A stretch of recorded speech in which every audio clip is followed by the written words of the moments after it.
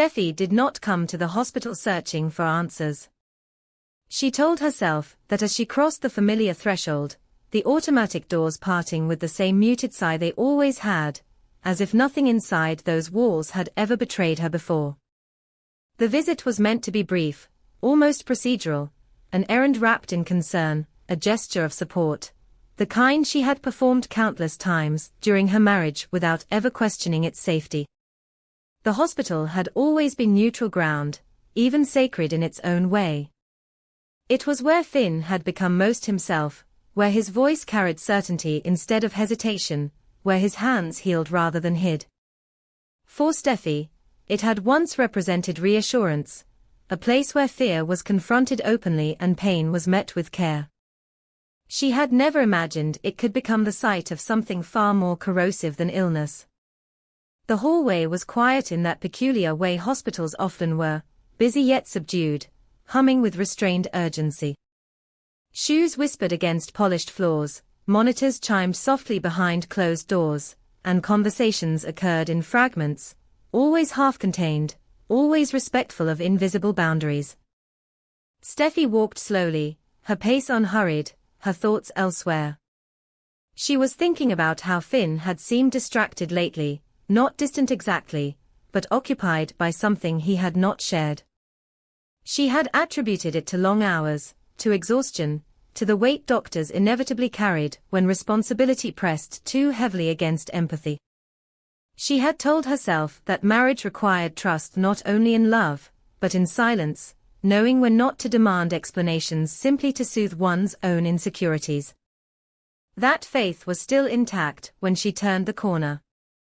She heard his voice before she saw him. Not raised, not careless, but lowered in that particular way that had always been intimate to her. Finn's tone shifted when he spoke softly, not tentative, but protective, calibrated to calm whoever stood before him. It was the voice he used when Steffy had been overwhelmed, when panic threatened to outrun reason, when fear needed to be guided back into something manageable. That voice had always been hers. Hearing it now, directed elsewhere, stopped her mid-step before her mind could catch up. She did not intend to listen. That was the cruelest part. The words reached her not because she sought them, but because they carried urgency. Because they were weighted with consequence.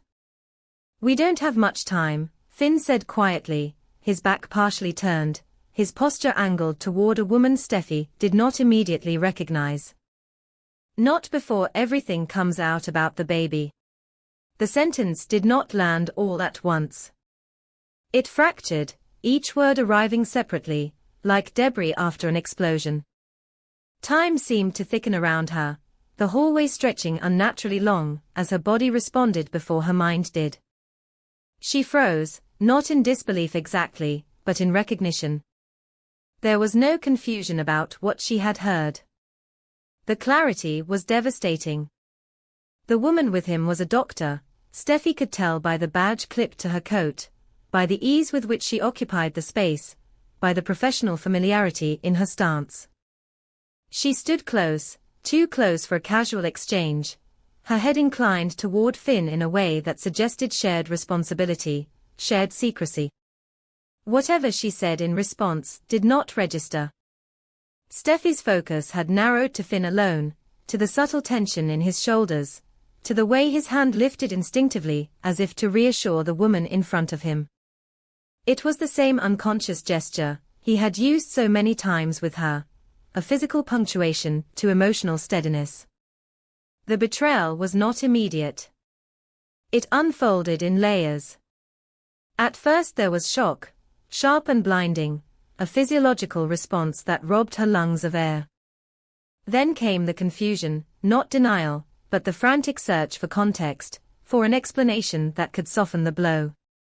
But beneath those surface reactions, something deeper and more insidious took hold. A realization that cut far more painfully than the implication of infidelity alone. She had not simply been deceived. She had been replaced. The hospital, once her refuge, now felt hostile in its familiarity. Every detail mocked her, the scent of antiseptic she had once associated with safety, the muted lighting that now seemed conspiratorial, the very walls that had borne witness to moments of shared strength now holding her captive in silence. Finn had not chosen a random place for secrecy. He had chosen the one place Steffy had never questioned his integrity. That choice hurt more than any physical act ever could. She stepped back instinctively, retreating just far enough to remain unseen. Her heart pounded with a violence that felt disproportionate to her stillness, each beat echoing with unanswered questions. A baby. The word repeated itself in her mind, heavy and unmistakable. There was no ambiguity there, no room for misinterpretation. This was not an emotional affair disguised as concern, not a misunderstanding inflated by insecurity. This was a future being discussed, a life, a consequence, a reality that existed entirely outside her awareness. Steffy had endured betrayal before. Her life had taught her resilience through repetition, through the brutal education of loving men who faltered under pressure, who made choices that prioritized escape over accountability.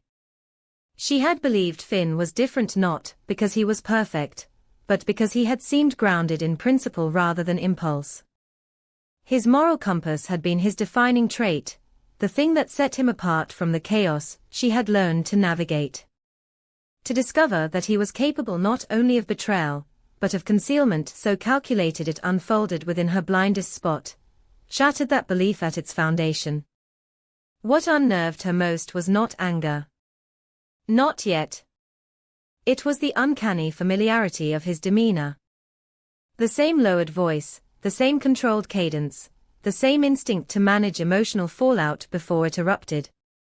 She realized, with sickening clarity, that the calm he had offered her during moments of crisis had never been exclusive. It was not intimacy, it was method. And that distinction redefined every memory she held. As Finn and the woman moved away, their conversation dissolving into professional neutrality, Steffy remained rooted to the spot. Her legs felt distant, unreliable, as though they belonged to someone else. She waited until they disappeared from view before allowing herself to breathe fully. Even then, the breath caught halfway, lodged somewhere between her chest and throat, refusing completion. She did not cry. Tears would have implied release, and there was none. What she felt instead was containment, an emotional lockdown so absolute it bordered on dissociation. Her mind began cataloging details with ruthless efficiency, as if documentation could substitute for understanding. The way Finn had not looked around before speaking. The assumption of privacy. The confidence with which he referenced time, suggesting planning rather than panic. None of it suggested regret. That realization planted the first seed of something darker than heartbreak. It suggested intent. Steffy left the hospital without confrontation, without spectacle. She moved through the exit as she always had, offering polite nods, maintaining the composure expected of her. To anyone watching, she appeared unchanged, collected, purposeful, untouched. But beneath that exterior, something fundamental had shifted. The trust she had extended not only to Finn, but to the environment that had supported their relationship had collapsed inward, leaving behind a void filled with suspicion. Outside, the light was harsher, unfiltered by institutional softness. The world resumed its ordinary pace with brutal indifference. Cars passed, conversations overlapped, life continued unbothered by the personal catastrophe that had just redefined her reality. Steffy stood still for a moment longer, grounding herself against the cool solidity of the pavement beneath her feet. She needed clarity, not comfort. Emotional collapse could come later, if at all. The question was no longer whether Finn had betrayed her. It was how long he had been living a parallel life, and how deliberately he had chosen to keep her out of it. And perhaps most disturbingly of all, Steffy began to wonder whether the calm she had mistaken for love had always been a tool for control, one she had willingly embraced, because it felt like safety. The hospital had stripped that illusion bare. In its place stood a truth she could no longer unsee, that intimacy shared without transparency was not intimacy at all, but rehearsal for abandonment. As she walked away, Steffi did not yet know what she would do with this knowledge. But she understood something with unsettling certainty. Whatever came next would not be shaped by forgiveness. It would be shaped by reckoning. And Finn, whether he realized it yet or not, had just lost the only person who had believed in him without reservation. Steffi did not confront Finn after the first fracture appeared in her reality. Shock had a way of forcing restraint, not because it numbed pain, but because it demanded accuracy. She understood instinctively that raw emotion would only blur the truth, and what she needed now was not relief but certainty. The memory of Finn's lowered voice in the hospital corridor lingered like a residue she could not wash away, repeating itself in her mind with an almost mechanical cruelty. "We don't have much time about the baby." The words did not fade, they sharpened.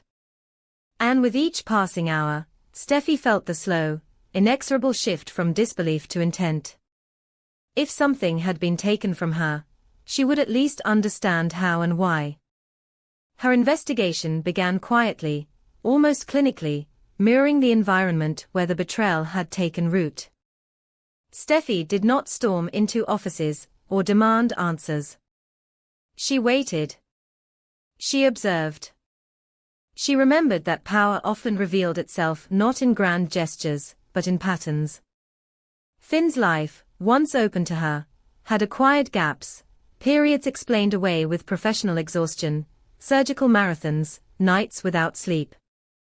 At the time, she had accepted these explanations, because they fit the narrative of devotion and sacrifice that defined him. Now, those same explanations invited scrutiny.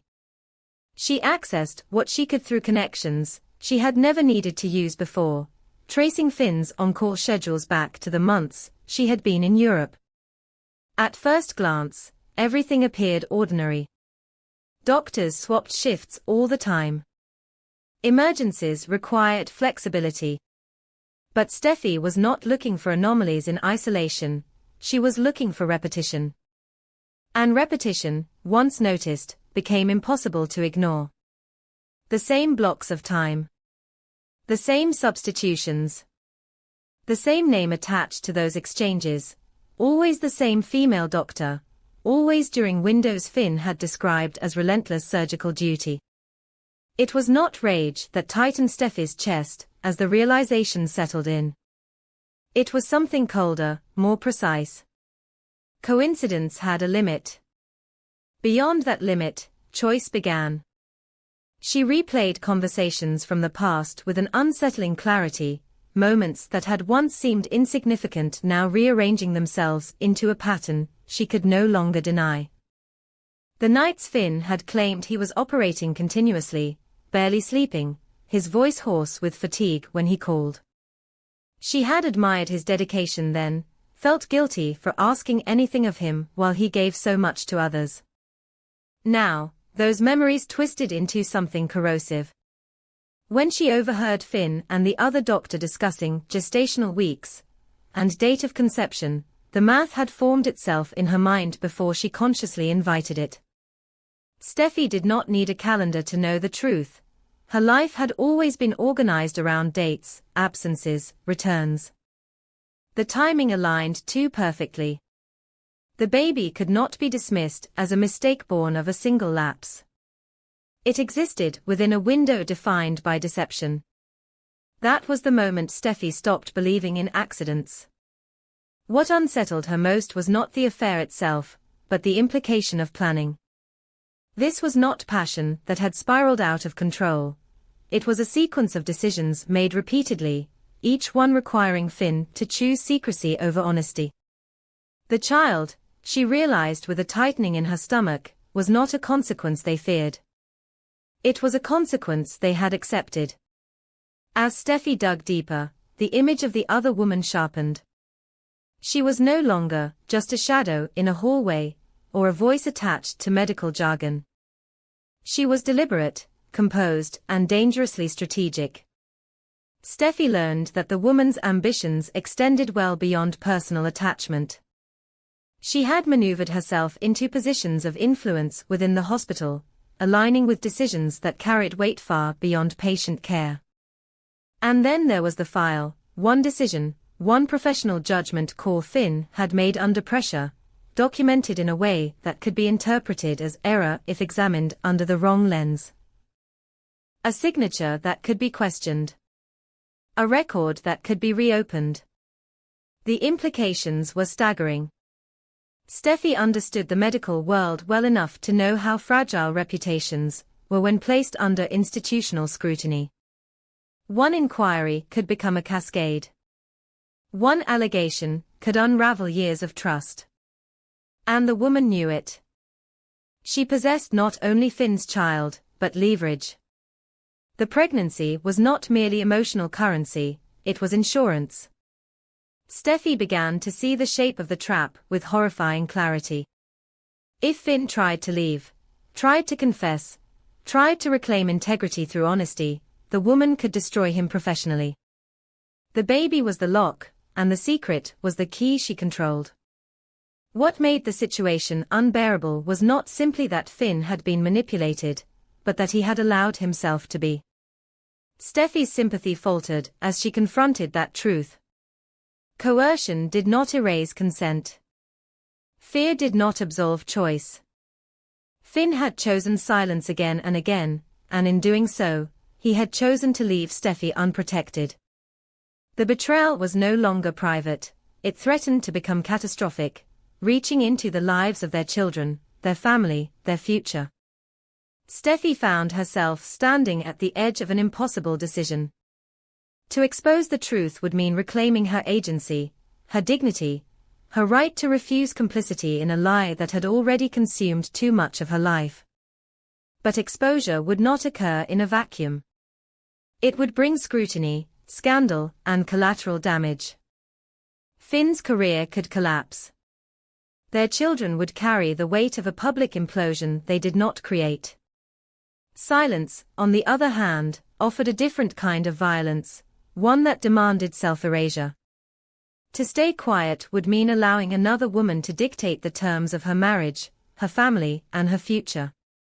The tension hollowed her out. Steffy had always been decisive, a woman who moved forward rather than circled doubt. Now she found herself suspended between two forms of loss, each exacting a different price. She questioned whether love could survive a truth revealed too late, whether loyalty could exist without transparency, whether protection that required silence was protection at all. The hospital, once the symbol of healing, had become the epicenter of a moral standoff with no clean exit. At night, when the world quieted and distraction failed, Steffy confronted the most painful realization of all. The betrayal was not confined to Finn, or the other woman. It extended into herself. She had trusted the version of Finn that existed in carefully rationed moments, had accepted his absence as evidence of devotion rather than distance. The reckoning forced her to reassess not just her marriage, but the instincts she had relied on to navigate love and power. That recognition cut deeper than any accusation she could level outward. By the time Steffy fully understood the scale of what she faced, innocence had already left the room. What remained was calculation, restraint, and the growing awareness that whatever she chose next would redefine her, not as a wife betrayed, but as a woman deciding how much of herself she was willing to sacrifice to preserve a lie. The child, the leverage, the career, the family, none of it existed in isolation anymore. They were bound together in a knot of secrecy that tightened with every moment of inaction. Steffy did not yet know which path she would take. But she knew this. Silence would not come from fear, and truth would not come from impulse. When she finally acted, it would be with full understanding of the cost. And whoever believed they held power over her would learn that control built on secrets was never as stable as it appeared. The moment Steffy decided to arrange the DNA test, something inside her finally settled, not because the pain eased, but because uncertainty no longer held power over her. For weeks, she had existed inside a narrow corridor between suspicion and confirmation, where every thought spiraled into another question, and every answer threatened to multiply the damage. The investigation, the schedules, the dates, the hidden leverage the other woman wielded over Finn's career, all of it had led Steffy to this point. The test was not an act of hope, nor a strategy to reclaim a marriage already hollowed out by deceit. It was an ending mechanism. A way to seal the truth, so it could no longer bleed into every corner of her life. She handled the arrangements with the same composure she had learned to cultivate in boardrooms and crises alike.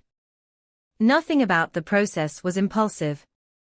It was discreet, legal, and timed carefully before the pregnancy reached its final stages. Steffy understood exactly what she was doing, and more importantly, why. She did not want reconciliation built on ambiguity. She did not want a future negotiated through guilt, fear, or emotional blackmail. She wanted clarity, even if that clarity came at the cost of everything she once believed was stable. Finn sensed the shift before she said a word. There was something unmistakable in the way Steffy moved through the house, through conversations, through silence. She was no longer waiting for him to speak first. The careful neutrality in her expression unnerved him more than anger ever could have. He had prepared himself for confrontation, for tears, for accusations. He had not prepared for this calm, which felt less like restraint and more like resolve. When Steffy finally told him about the DNA test, the reaction he gave her was immediate and raw. The composure he maintained so effortlessly at the hospital collapsed under the weight of inevitability. He tried to explain before she asked him to. Words tumbled out of him, fractured and urgent, layered with desperation. He spoke of loneliness when Steffy left for Europe, of nights swallowed by pressure and decisions that carried life or death consequences. He spoke of exhaustion that blurred judgment, of fear that paralyzed him when he realized how much he stood to lose. He framed his betrayal as confusion, his silence as self-preservation, his inaction as a temporary failure he believed he could fix before it became permanent. Steffy listened without interruption. That, more than anything else, unsettled him. He begged her to understand that he had never intended for things to go this far. That he had felt trapped between the woman who carried a pregnancy he did not fully comprehend and the professional ruin that hovered over him like a constant threat. He insisted that the leverage the other doctor held over him had grown gradually, tightening only after it was too late to escape cleanly. He portrayed himself as a man cornered by circumstance rather than one shaped by choice. Steffy did not raise her voice. She did not accuse him of weakness or cowardice, though both words pressed against her thoughts. She waited until his explanation exhausted itself, until the silence stretched long enough to strip away its emotional cushioning. And then she asked a single question. If the baby is yours, who do you choose? The simplicity of it stunned him. There were no qualifiers, no concessions, no softened language. The question did not demand love or loyalty, it demanded truth. Finn hesitated, and in that hesitation, Steffy felt something inside her fracture with a clarity that hurt more than any shouted confession ever could. The pause revealed everything words could not. It exposed the internal negotiation he was already conducting, the calculus of responsibility versus commitment, obligation versus honesty. Before he could answer, Steffy continued, her voice steady but stripped of illusion.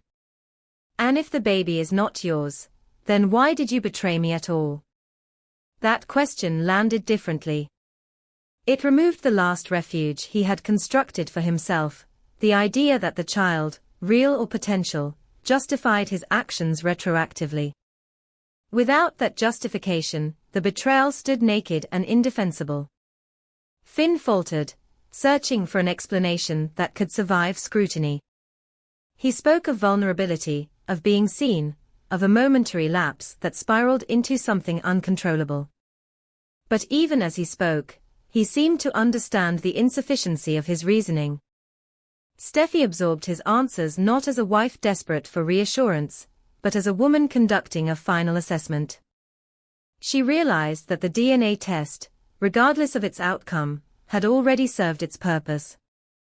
It forced the truth into a shape that could no longer be manipulated.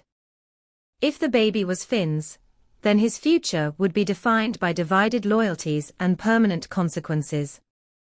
If the baby was not his, then the betrayal lost even its most tragic excuse, revealing itself as a choice rooted in ego rather than necessity. What haunted Steffy most was not the possibility of either outcome, but the realization that Finn had allowed fear to replace integrity. He had chosen concealment over courage, and in doing so, he had ceded control of his life to someone who understood power far better than he did. The other woman had not merely sought love or companionship, she had sought leverage. The pregnancy, real or perceived, was not a bond but a bargaining chip. Steffy saw now that the true conflict was not between two women and one man, but between truth and control. As the days leading up to the test passed, Steffy experienced a strange detachment from the outcome. The waiting no longer felt like punishment. It felt like transition. She imagined both futures with equal clarity and equal resolve. One where Finn faced the consequences of his actions publicly and permanently. Another where he confronted the emptiness of his betrayal without the shield of obligation. In neither vision did Steffy see herself begging for repair. She saw herself deciding what kind of life she was willing to inhabit. Finn, by contrast, unraveled under the weight of anticipation. He oscillated between hope and despair, clinging to the possibility that the test might absolve him of the worst implications of his choices. Yet even he began to sense that absolution was no longer available. Steffy had moved beyond the need for vindication. What she sought now was alignment, between truth and consequence, between action and accountability. When the results finally arrived, sealed in an unremarkable envelope, Steffy held them without trembling. The physical object felt almost insignificant compared to the psychological journey that had preceded it. She understood that whatever the paper revealed, the marriage she once believed in had already changed irrevocably. The test would not restore trust, or erase history. It would simply confirm what she had already accepted, that love without honesty was not love at all, but a fragile illusion sustained by silence. In that moment, Steffy was no longer reacting to betrayal. She was defining her own boundaries. The power that had once been wielded against her, through secrets, through fear of scandal, through emotional manipulation, lost its grip as clarity replaced confusion. She no longer needed to choose between saving herself and protecting others at her own expense. She understood now that silence was not protection, and sacrifice was not synonymous with strength. The confrontation did not end with raised voices or dramatic exits.